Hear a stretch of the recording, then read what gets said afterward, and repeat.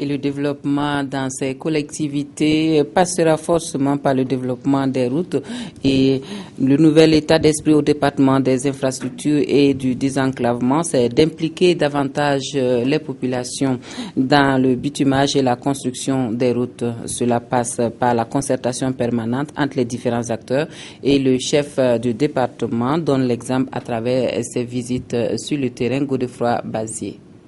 2 routes départementales, une rue à Ouagadougou et une bretelle à Koubri, une tournée pour prendre le pouls de chantiers de construction de routes et pas seulement. Zignare-Zitenga, la route départementale 40 et la bretelle de Koubri sont 2 situations caractéristiques que le ministre des Infrastructures, du Désenclavement et des Transports a pu apprécier. Marage des travaux, il se trouve aussi que ce léger retard aussi est dû souvent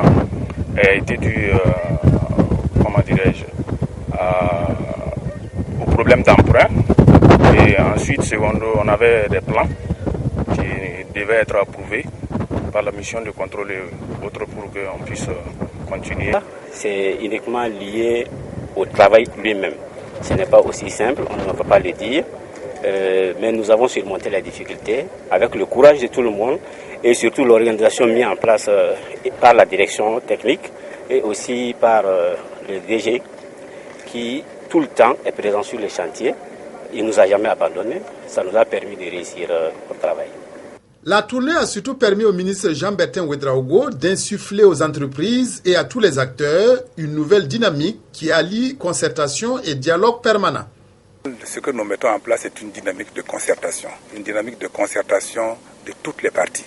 Et j'ai toujours insisté sur la nécessité que l'on associe l'ensemble des concessionnaires dès le début de la conception des projets, de manière à ce que chaque concessionnaire puisse prendre la pleine mesure de ses responsabilités durant l'exécution du chantier. Alors cette dynamique est en marche. Nous allons donc mettre ce mécanisme-là, réactiver ce mécanisme pour inviter les uns et les autres à apporter leur contribution pour que nous puissions sortir de cette difficulté. Le ministre des Infrastructures entend aussi instaurer une discussion permanente entre les acteurs des différents chantiers et les populations riveraines avant et pendant l'exécution des travaux de construction d'ouvrages pour une ambiance de travail sereine et apaisée. Nous avons invité les entreprises, nous avons invité l'administration en charge du projet, c'est-à-dire la direction générale des ouvrages d'art, les entreprises et les missions de contrôle à mettre en place un cadre de concertation avec les riverains.